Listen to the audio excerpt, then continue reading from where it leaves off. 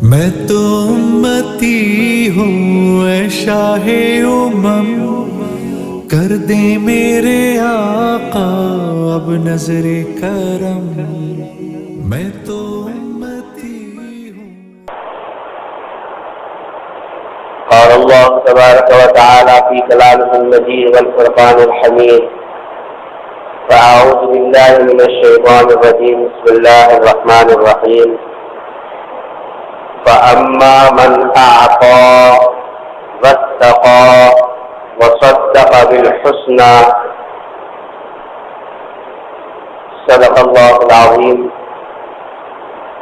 عن ابن عمر رضی اللہ عنہ ان رسول اللہ صلی اللہ علیہ وسلم قال لأبی بکر انت صاحبی علی الحوض وصاحبی فی الغار، رواہ الترمذی او کما قال علیہ الصلوۃ والسلام۔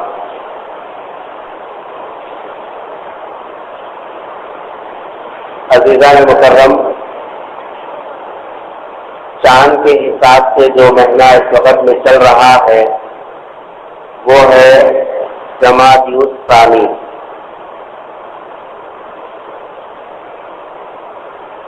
اسی مہینے کی آج 22 تاریخ ہے اور اس مہینے کی 22 تاریخ کو خلیفہ راشد اور خلیفہ اول کائنات میں انبیاء کی جماعت کے بعد سب سے زیادہ باعظمت شخصیت حضرت ابو بکر صدیق رضی اللہ تعالیٰ عنہ کی وفات کا واقعہ پیش آیا اسی مہینے کی 22 تاریخ کو، اور اسی مناسبت سے قرآن کریم کی آیتیں بھی تلاوت کی گئی ہیں، اور حضرت ابو بکر صدیق رضی اللہ تعالیٰ عنہ کی شان میں آپ صلی اللہ علیہ وسلم نے جو فرامین ارشاد فرمائے اس کا تذکرہ میں نے کیا۔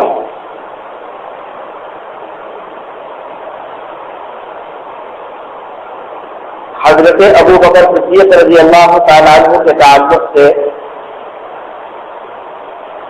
تمام مسلمانوں کا یہ متفقہ فیصلہ ہے اور عقیدہ ہے۔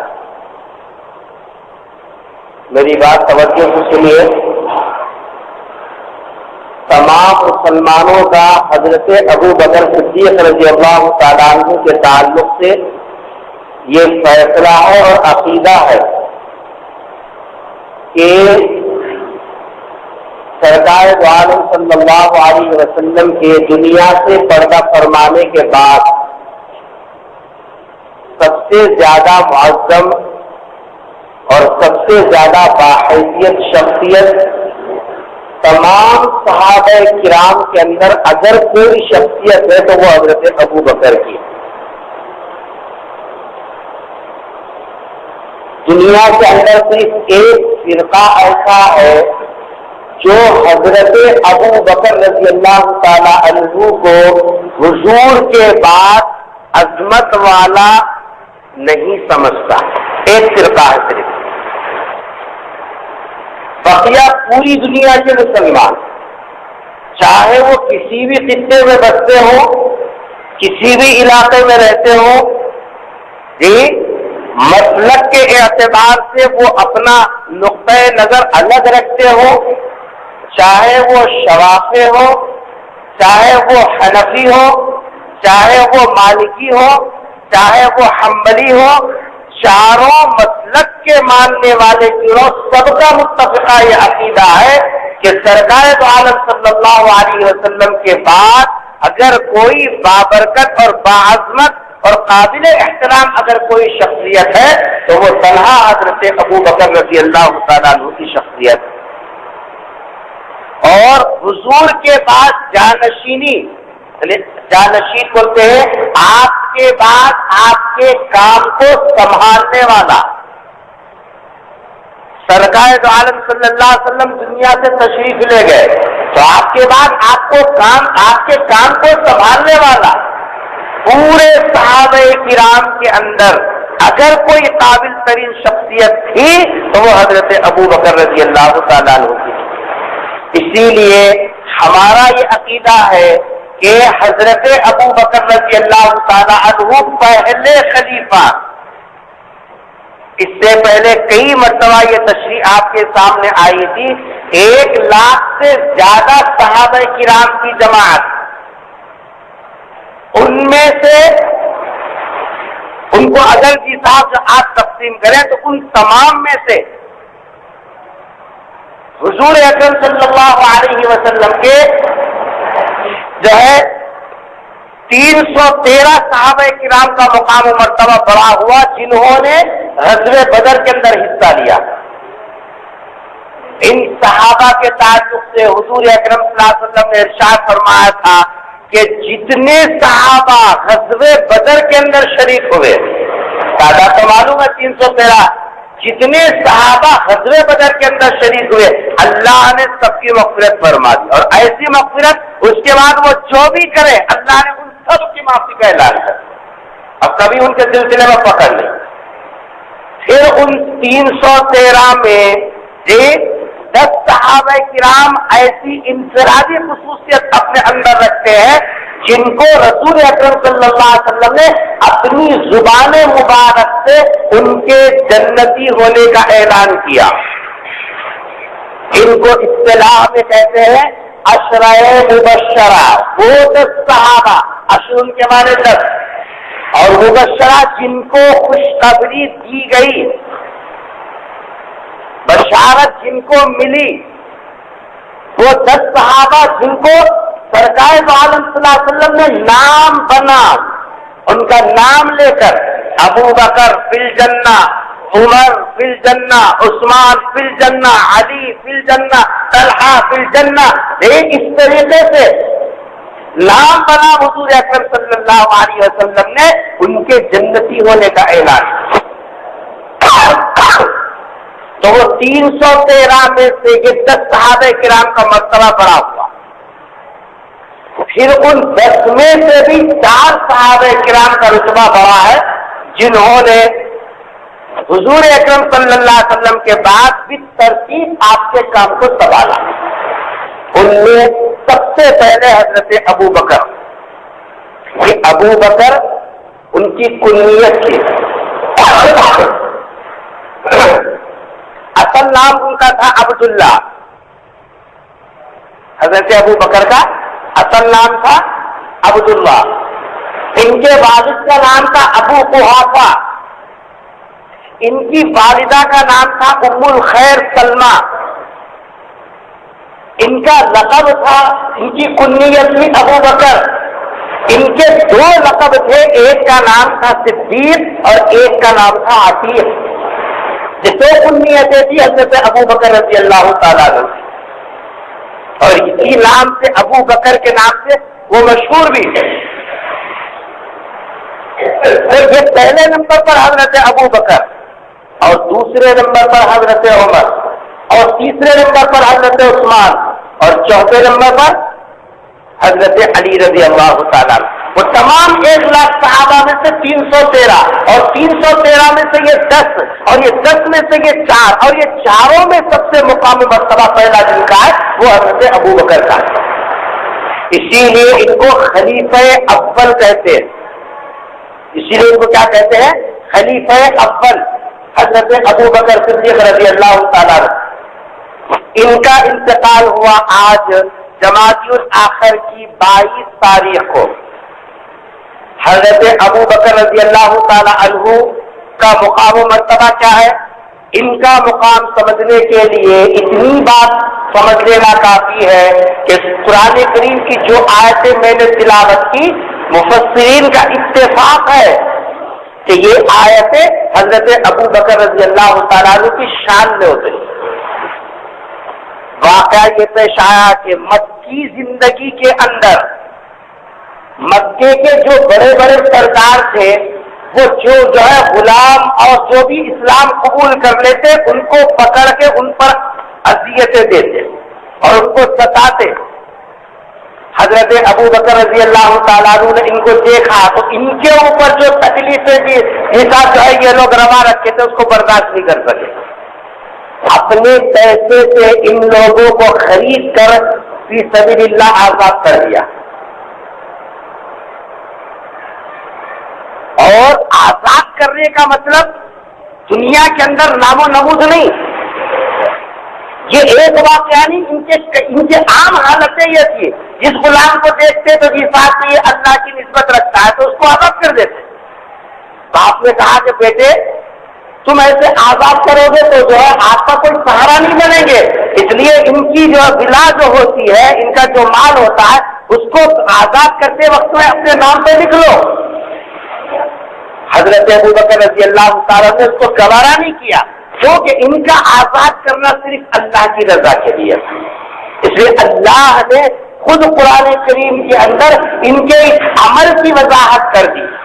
إِلَّا ابْتِغَاءَ وَجْهِ رَبِّهِ الْأَعْلَىٰ، یہ صرف جو کام کرتے ہیں اللہ کے راستے میں خرچ کرنا، غلاموں کو آزاد کرنا اور سچی بات کی بھی ساتھ تصدیق کرنا، یہ جو کرتے اس سے دنیا کا کوئی کام مقصود نہیں تھا. إِلَّا ابْتِغَاءَ، صرف وہ چاہتے تھے وَجْهِ رَبِّهِ الْأَعْلَىٰ، اللہ کی رضا. یہی حضرت ابو بکر صدیق رضی اللہ تعالیٰ عنہ ہے کہ جب مکی زندگی کے اندر تھے تو حضور اکرم صلی اللہ علیہ وسلم کے ساتھ نبوت کے اعلان سے پہلے ہی رسول اکرم صلی اللہ علیہ وسلم کے ساتھ تھے.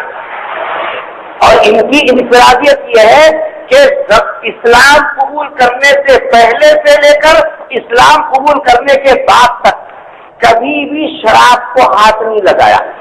حالانکہ شراب عرب کی کھٹی میں پڑی ہوئی تھی اور حال یہ تھا کہ جس کے پاس اتنے سال پرانی شراب ہوتی لوگ اس کے اوپر رشتے طے کرتے، لوگ اس کے اوپر فخر کرتے کہ میرا خاندان بڑا ہے اس واسطے کہ میرے پاس 300 سال پرانی شراب.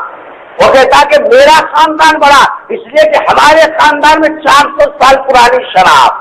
کوئی کہتا کہ ہمارا خاندان بڑا اس واسطے کہ ہمارے پاس 700 سال پرانی شراب. شراب جتنی پرانی ہوتی اس کے اوپر فخر کیا جاتا اور اس کو جتنا پڑھائی کا معیار سمجھا جاتا.